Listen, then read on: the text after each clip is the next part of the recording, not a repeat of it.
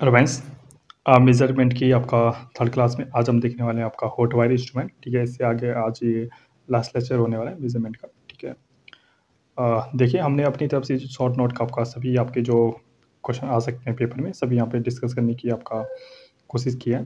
ठीक है, आपको ये देखने को बिल्कुल यहाँ पे टॉपिक मिलेंगे, कोई भी हमने टॉपिक यहाँ पे छोड़ने की कोशिश नहीं की है, इसलिए यहाँ पे थोड़ा ये आपका ज़्यादा लेक्चर में चला गया है। ठीक है, तो देखते हैं यहाँ पे hot wire instrument. Hot wire instrument आपका पूछ जाता है। ठीक है, तो आपका ठीक है, इसके बारे में पढ़ेंगे कुछ। ठीक है, आपका इसमें ज़्यादा डिटेल नहीं आता है, हॉट वायर बारे में आपको कुछ स्टेटमेंट दे देगा, वहीं से पूछ सकते हैं आपका। जैसे आपका हॉट वायर इंस्ट्रूमेंट आपका एडी करंट डैम्पिंग यूज होती है। आपको बोला जाएगा कि हॉट वायर जो इंस्ट्रूमेंट होता है कौन सी डैम्पिंग यूज होती है आपकी, तो एडी करंट आपकी डैम्पिंग यूज होती है। ठीक है, जनरली किसी की सोच नहीं जाती है, लेकिन आपका एडी करंट यूज यहाँ पे होता है। एक्सपेंशन ऑफ हीट जो डायरेक्ट प्रोपोर्शनल होता है आपका आई स्क्वायर आर एम एस। ठीक है, रीड मीन स्क्वायर जो आपका वैल्यू होती है आर एम एस, उसी के स्क्वायर होता है। It measure R M S value, क्या करता है आपका R M S value measure करता है आपका करंट का। ठीक है, स्लो ऑपरेशन होता है आपका, क्या होता है इसका स्लो आपका ऑपरेशन होता है। थर्मोकपल की बात करें तो आपका थर्मोकपल में आपका क्या होता है, दो मेटल यहाँ पे यूज होते हैं। ठीक है, उनके बीच में डीसी प्रोवाइड की जाती है, और एक आपका मीटर होता है पीएमएमसी लगा होता है, परमानेंट मैग्नेटिक मूविंग कॉइल यहाँ पे लगा होता है। ठीक है, यहाँ पे हीटर लगा होता है।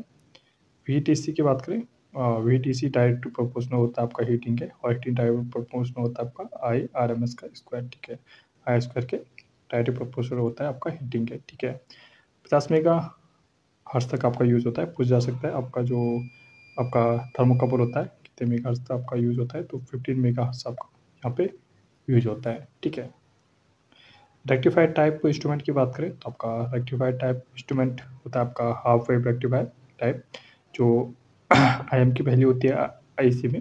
ठीक है, आपका आई एम की वैल्यू होती है ए सी में, और आपका 0.45 होता है आपका आई एम की वैल्यू डी सी में। ठीक है, सेंसिटिविटी इन एसी की बात करें तो 0.45 होती है आपकी सेंसिटिविटी इन डीसी की। ठीक है, आपको दोनों वैल्यू आपको याद रखनी है।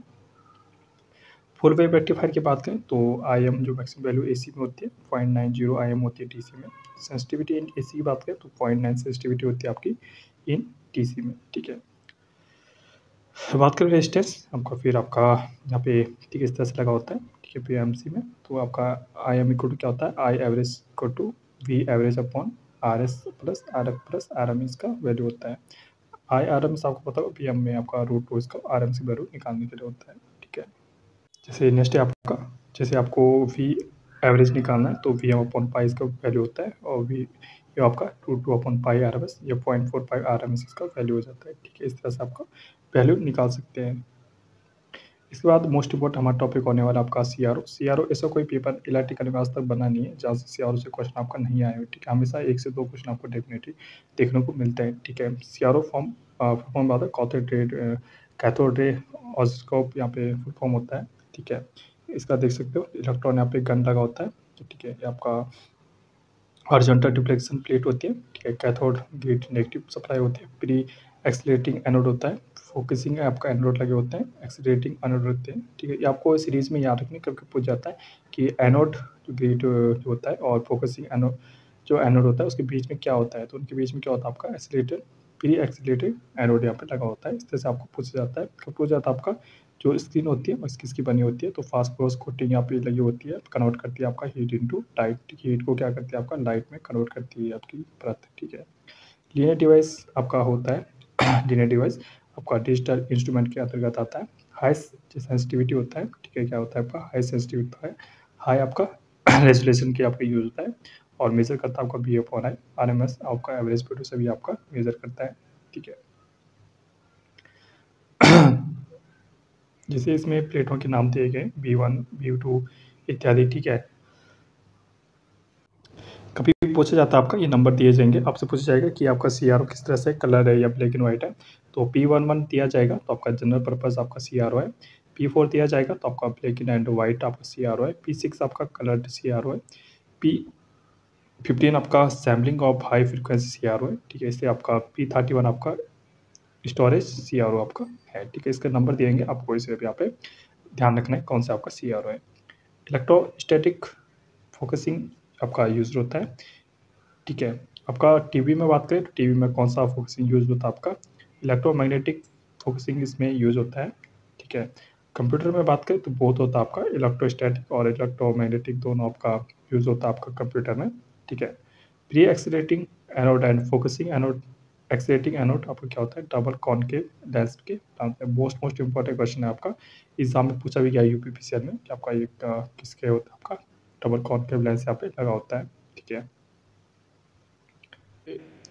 आपको सीधे यहाँ पे डिफ्लेक्शन सेंसिटिविटी का फॉर्मूला ध्यान रखना है, सेंसिटिविटी अपॉन वीडी, ठीक है। आपका मैम ये आपका मोस्ट इंपॉर्टेंट है, ठीक है। आपका यूनिट बहुत मोस्ट इंपॉर्टेंट है, सेंसिटिविटी की यूनिट आपका क्या होती है, एमएम पर आपका वोट इसकी यूनिट होती है।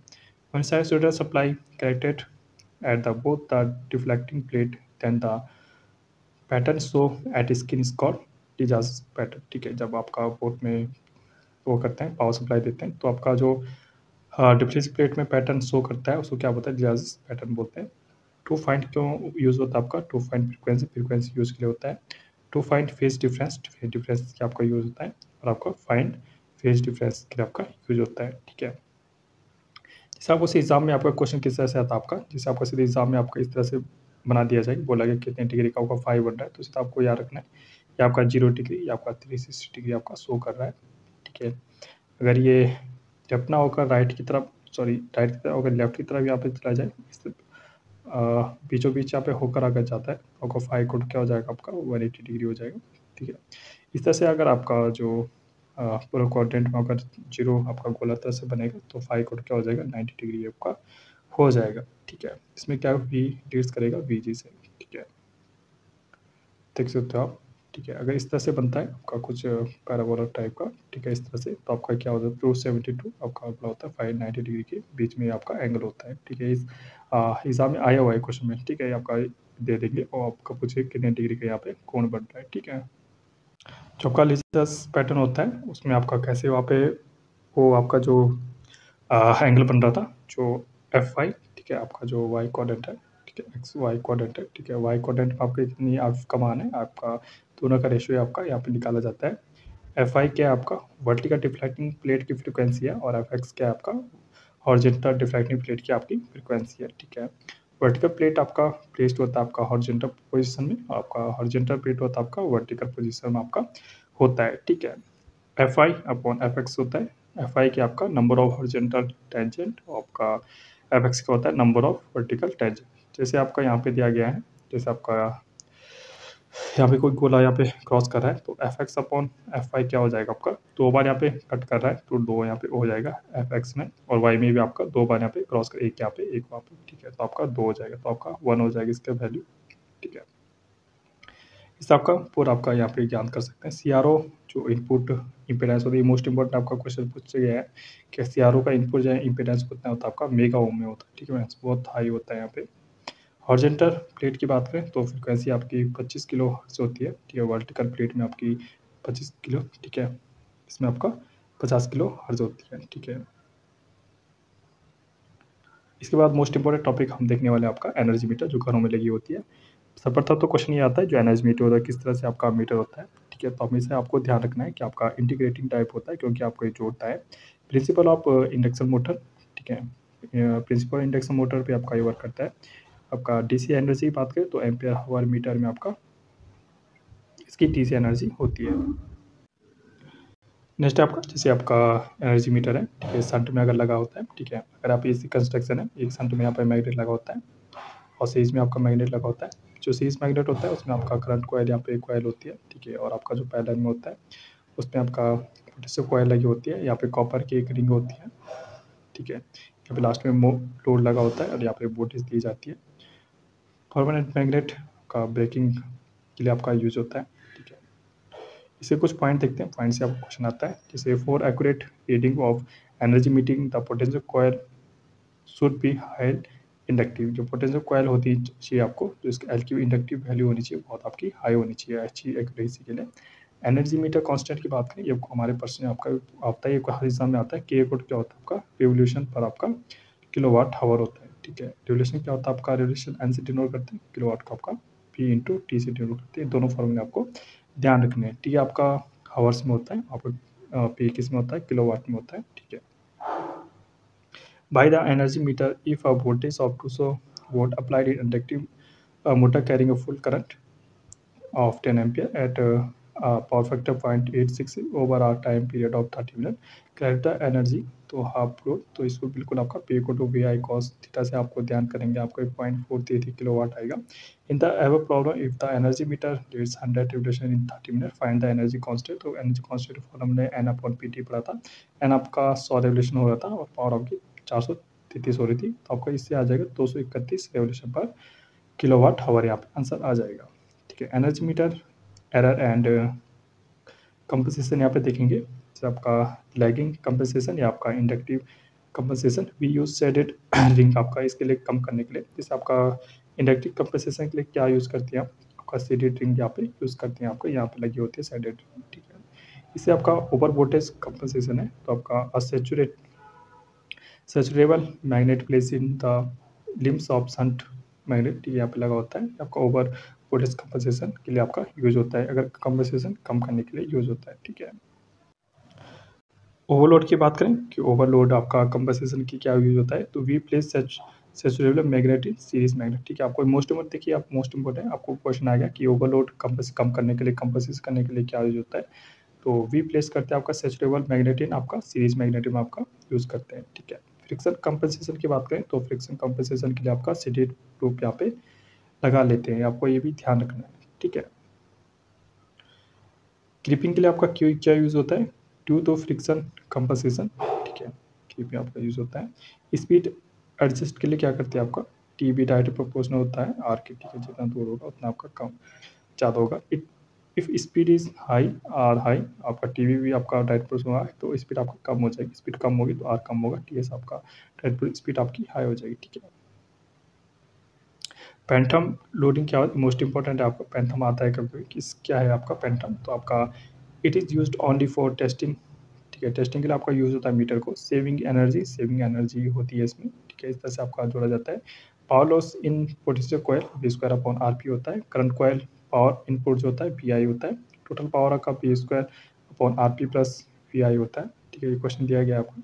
ठीक है, आपका आंसर खुद से आपका दे सकते हो. ठीक है, इसके बाद हम आपका मोस्ट इंपॉर्टेंट यहाँ पर टॉपिक पढ़ने वाले हैं जिसका नाम है आपका वाट मीटर. ठीक है, वाट मीटर आपका हर जगह यहाँ पे काम आता है. ठीक है, तो watt meter it works at the principle of electrodynamo. इससे जाएगा आपका वाट मीटर किस में वर्क करता है, आपका इलेक्ट्रोडायनामोमीटर में वर्क करता है. इसमें एयर फ्रिक्शन होता है आपका वाट मीटर में. ठीक है, एयर फ्रिक्शन आपका डैम्पिंग का यूज होता है. It measure both AC and DC दोनों में आपका यूज होता है. करंट कॉइल होती है आपकी जो फिक्स होती है, आपका लो रेजिस्टेंस वाली होती है. कनेक्शन आपका सीरीज में जोड़ी जाती है आपकी करंट कॉइल. पोटेंशियल कॉइल की बात करें तो मूवेबल होती है आपकी, हाई रेजिस्टेंस होती है, कनेक्टेड होती है आपकी, पैरेलल कनेक्शन होती है. देख सकते हो आप डायग्राम, आपका सीरीज में करंट कॉइल, आपका पैरेलल में आपका पोटेंशियल कॉइल आर एस से आपका नीचे जुड़ी है ग्राउंड से. ठीक है, और जो I1 I2 दोनों होती है क्या होती है आपका RMS आपकी होती है. ठीक है, TD की वैल्यू की बात करें तो TD आपका I1 I2 cos 5 dm upon D theta होता है. इससे आपका डिफ्लेक्शन I1 ठीक है V upon RS cos 5 dm upon D theta यहाँ पे होता है. ठीक है, फाई की बात करें तो angle between current across current coil and potential coil across. ठीक है, और टी की वैल्यू क्या होती है direct proportional to P D M upon D theta यहाँ पे होती है. टी डी डायरेक्ट प्रोपोर्शनल होता है आपका पी. ठीक है, यहाँ पे टी डी के लिए आपको डी सी वैल्यू दी गई, यहाँ पे टी डी आपका दिया गया. लास्ट में अगर आपको यहाँ पे लास्ट में दे टी डी डायरेक्ट प्रोपोर्शनल तो आपका पी होता है. ठीक है, वाट मीटर के यहाँ पे कंस्ट्रक्शन देखेंगे थोड़ा. It measure power R two. ठीक है, इस तरह आपका वाट मीटर देखेंगे. ठीक है, वाट मीटर आपका ये किस तरह से आपका एनर्जी यहाँ पे वैल्यू यहाँ पे ज्ञात करते हैं, तो आप खुद से यहाँ पे देख सकते हो. ठीक है,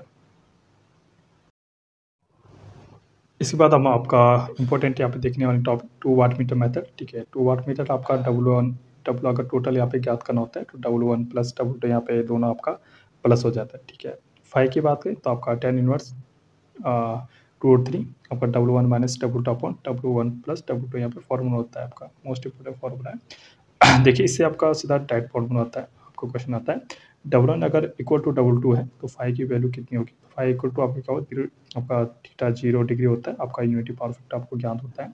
W1 इक्वल टू आपका माइनस W2 है तो आपका फाइव आपका 90 डिग्री और थीटा आपका क्या होता है 0 पावर फैक्टर ज्ञात होता है. इधर आपका W1 है तो आपका W1 आपका पॉजिटिव होगा अगर, और W2 आपका 0 होगा तो पावर फैक्टर आपका 0.5 होगा. इस तरह आपका W1 अगर पॉजिटिव होगा और W2 आपका नेगेटिव शो कर रहा है, पावर फैक्टर आपका लेस देन आपका 0.5 होता है. ठीक है, to record negative value either change potential coil terminal या आपका change current coil terminal but not both, ठीक है। वाट मीटर जो मेजर होता है डायरेक्टिव पावर यहाँ पे मेज करता है, ठीक है। ये क्वेश्चन दिया गया इन 2 वाट मीटर मेथड 1 मीटर आपका शो रहा है इतना, अनदर इतना, तो आपका पावर फैक्टर कितना होगा आपका, जो हमने ऊपर पढ़ा था आपका लेस देन 0.5 का आपका लेस देन होगा, ठीक है। इसी के साथ हम आज देखने वाले आपका अभी देखने वाला आपका इंस्ट्रूमेंटेशन, ठीक है। इंस्ट्रूमेंटेशन में आपका ट्रांसड्यूसर आता है, ठीक है। ट्रांसड्यूसर क्या करता है आपका, it converts any non electric quantity like force pressure state in electric quantity में चेंज करता है, जैसे वोल्टेज करंट फ्रीक्वेंसी में आपका चेंज कर लेता है आपका ट्रांसड्यूसर, ठीक है। प्राइमरी ट्रांसड्यूसर की बात करें तो आपका नॉन इलेक्ट्रिकल को आपका इलेक्ट्रिकल में चेंज करता है प्राइमरी ट्रांसड्यूसर, नॉन इलेक्ट्रिकल को नॉन इलेक्ट्रिकल अनदर में। फिर एक आपका एलवीडीटी लगा होता है आपका लीनियर वोल्टेज डिफरेंशियल ट्रांसफार्मर, ठीक है। सेकेंडरी ट्रांसड्यूसर है आपका और इलेक्ट्रिकल में आपका चेंज कर देता है। एक्टिव ट्रांसड्यूसर की बात करें तो विच ट्रांसड्यूसर डोंट रिक्वायर एनी जो एक्सटर्नल सप्लाई, इट इज़ आपका जैसे प्राइमरी आपका इलेक्ट्रो पीजो इलेक्ट्रिक हो गया, फोटो वोल्टिक आपका हो गया, ठीक है। Which trans record any external electric supply, तो आपको क्या बोलते हैं आपका पैसिव बोलते हैं, जिसको आपका भाई सोर्स की आपका आवश्यकता होती है, ठीक है। इस तरह से आपका एक आता है आपका इनवर्स ट्रांसड्यूसर। इनवर्स ट्रांसड्यूसर क्या होता है, which convert any electric signal into non electric signal में आपको कन्वर्ट करता है, क्या कराता है आपका इनवर्स ट्रांसड्यूसर यहाँ पे कहलाता है, ठीक है। मेजरमेंट ऑफ लीनियर डिस्प्लेसमेंट तो आपका 3 तरह से होता है, आपका पोटेंशियोमीटर मेथड, एलवीडीटी और हॉल इफेक्ट की तरह होता है। पोटेंशियोमीटर आपका देख सकते हो किस तरह से होता है आपका, लास्ट में आपको यहाँ पे ये आपको याद रखना है, ये आपका नॉट होता है डायरेक्ट प्रोपोर्शनल एल एल1 के डायरेक्ट प्रोपोर्शनल होता है आपका डिस्प्लेसमेंट का, ठीक है।